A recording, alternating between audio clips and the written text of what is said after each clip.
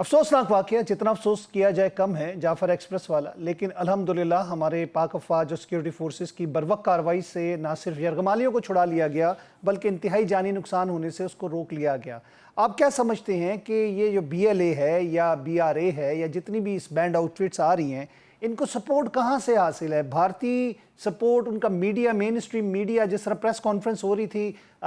جو D G I S P R تھے اور بگٹی صاحب نے جو بات کی، آپ ان سے ایگری کرتے ہیں؟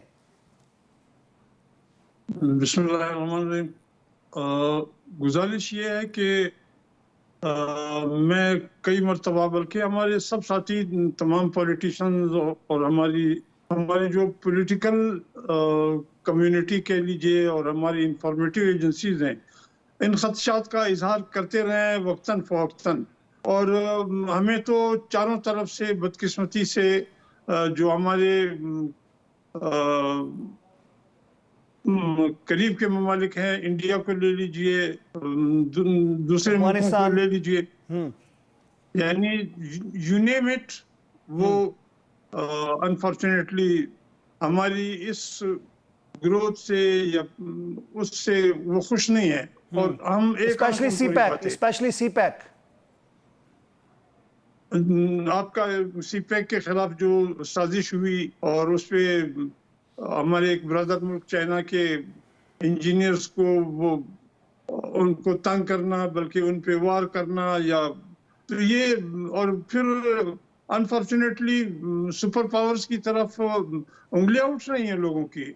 اور آج تو آزاد میڈیا کا دور ہے۔ اگر ایک چینل سے یا لوکل چینل سے ان کو ذرا کوئی تسلی نہیں ہوئی تو وہ سیٹلائٹ کے اور چینلز پہ باہر کے ملکوں پہ چلے جائیں گے۔ کاکڑ صاحب، آپ پشتون ہیں لیکن میں بلوچوں کی بات کروں گا کہ بلوچ خاص طور پہ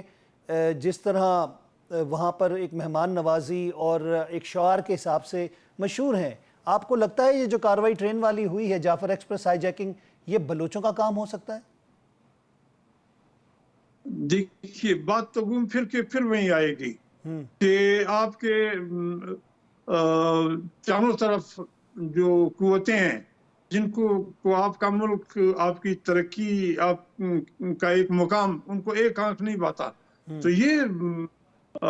ڈورے جو ہے وہ کہیں باہر سے بھی ہلتے ہیں۔ ٹھیک،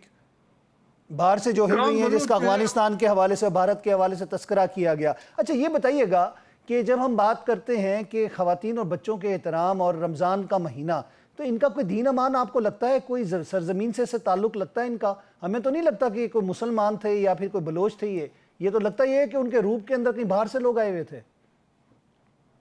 دیکھیے، آپ نے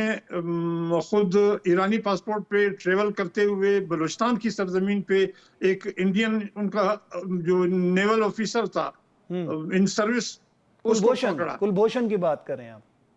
کلبھوشن کی۔ اور انفارچونیٹلی جب یہ رشیا اور افغان وار ہوئی تو جو تھوک کے حساب سے آپ نے ان کو رجسٹریشن دیا، شناختی کارڈ دیے، وہاں کے گورنر کے بھائی کے کہنے پہ یا گورنر کے کہنے پہ شاید کہا گیا تھا کہ ڈی جی نادرا جو تھے وہ برہم بھی ہوئے تھے کہ جان بوجھ کے بہت سارے افغانیوں کو شناخت دی جا رہی تھی، شناختی کارڈ بنوائے جا رہے تھے، یہ تو لیٹر بھی لکھا گیا تھا۔ شاہ صاحب دیکھیے، ہمارے بلوچستان میں افغانیوں کے پاس پاکستان کے شناختی کارڈ ہیں، ایرانیوں کے پاس ہیں، عراق کے کردوں کے پاس خود ہیں، کراچی میں دیکھ لیجئے انڈین بہاریوں کے پاس پاکستان کے شناختی کارڈ ہیں، بنگلہ دیشیوں کے پاس وہ ہیں۔ سو ایک دفعہ میں ایران زیارتوں سے واپس آ رہا تھا تو پاکستان کے بارڈر پہ ایک بنگلہ دیشی کو میں نے دیکھا، اس کو میں نے کہا یہاں کیا کر رہے ہو؟ کہا بس ہمارے کسٹم آفس والوں کے ساتھ کام کر رہا ہوں یہاں، ان کا ایک کک کے طور پہ۔ تو میں نے کہا آپ پاسپورٹ پہ ہو؟ کہا نہیں، میں نے کراچی سے پاکستان کا شناختی کارڈ بنوایا اتنے پیسے دے کے۔ جناب، آپ نے تو اپنی نیشنل آئیڈینٹی جو ہے، جو ہمارا خوفناک صورتحال، بالکل آپ نے صحیح طرف اشارہ کیا کہ ہم ایک